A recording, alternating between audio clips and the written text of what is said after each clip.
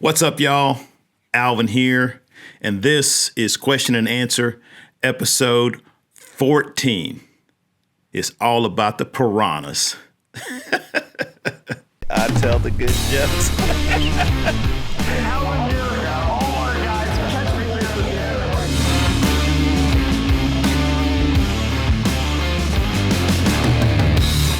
All right, so once again, thanks for playing along, asking me these questions, and watching these videos. It'd be pretty stupid if I was just doing this by myself and just sending it out there and nobody was watching. I'd probably do it anyway, though. So, but thanks for watching.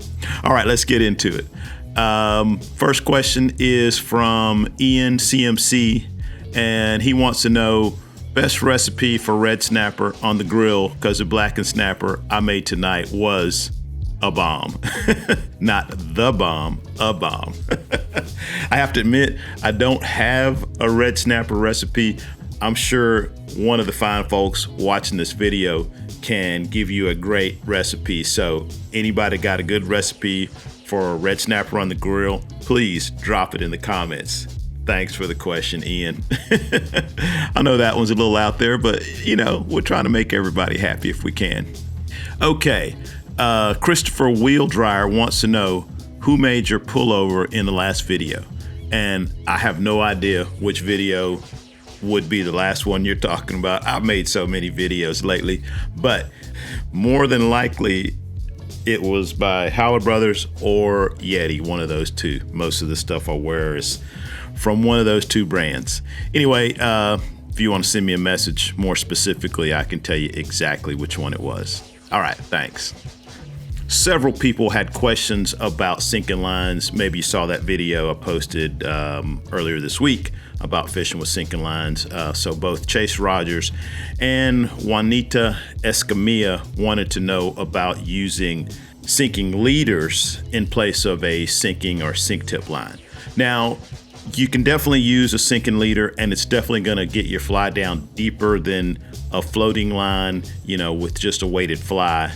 But they're not going to get it down nearly as deep as you can with a full sinking tip line, you know, or a sink tip line or a full sinking line. That being said, the sink tip leader is definitely going to be better than not having the sink tip leader. And the sink tip leader is sort of a good kind of introduction into this whole sinking line thing.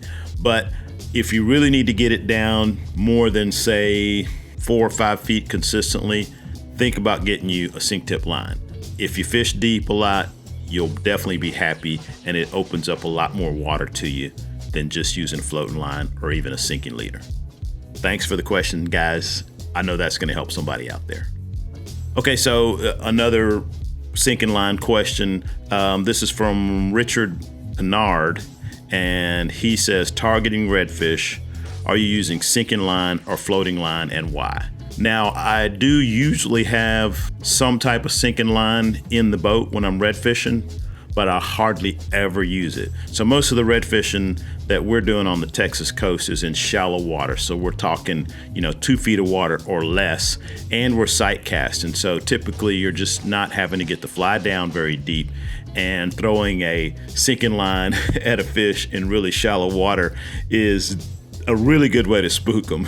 Sinking lines typically land with a lot more of a splash than a floating line. So like I said, I hardly ever use a sinking line for red fishing. Now, occasionally in the winter, maybe the heat of the summer, when sometimes we will be forced to fish in some deeper water, or on a cloudy day where we just cannot see fish, occasionally to save the day, we may go find a deeper hole, a channel, a drain off of a flat, and use a sinking line and a weighted fly and just blind cast and dredge.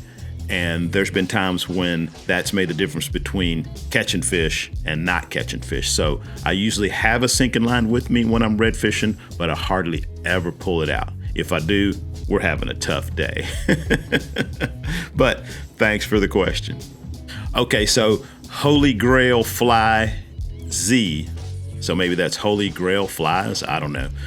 Anyway, the question is, if you could fish with one other fly fishing YouTuber, who would it be?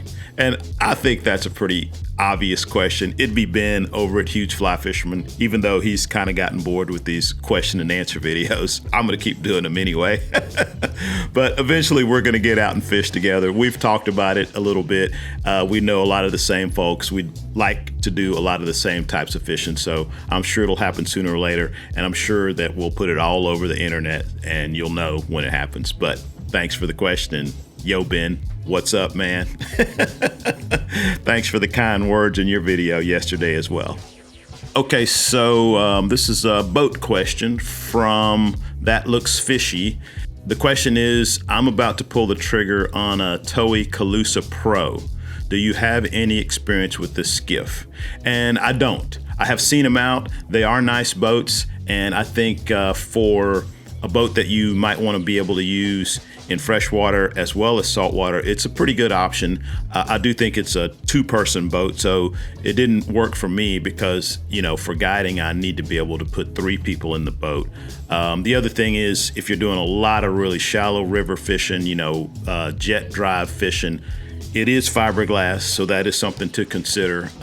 You know, I got really good at fiberglass repair when I had a fiberglass jet boat. So once again, that wouldn't work for me, but they are really nice boats. And, you know, if I could buy every boat that I wanted to buy, I would probably buy one of those as well.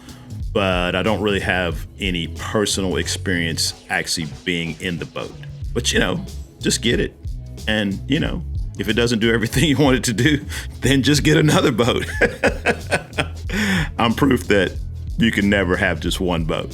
Thanks for the question.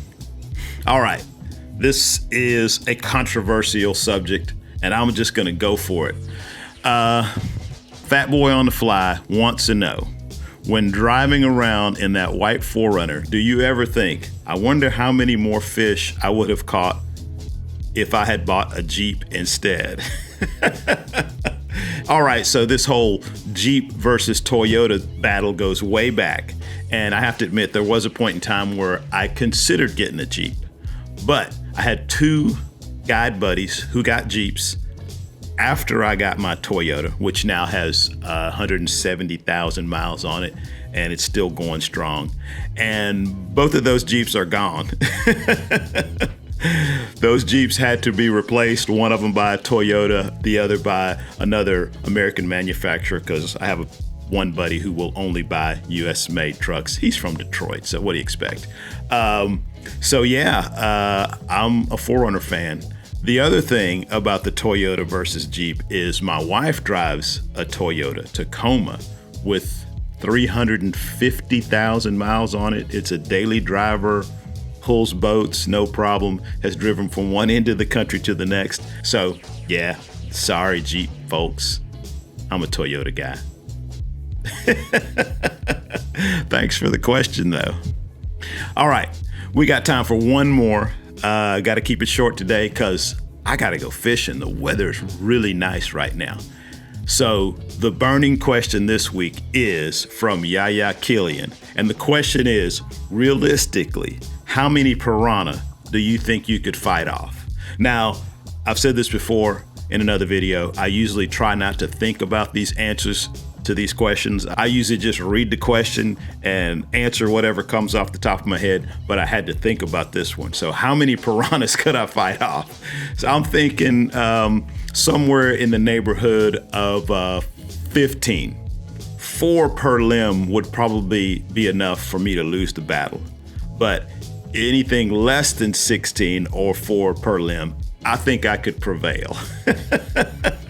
Now that is just a theoretical answer to a hypothetical question, so don't hold me to that. I'm not gonna go and do some kind of cage match versus 15 piranhas and see if I can come out alive, but that's my best guess. All right, y'all. You know, try not to be so serious all the time. Anyway, once again, I want to thank you for watching the video. If you like it, you know, give it the thumbs up.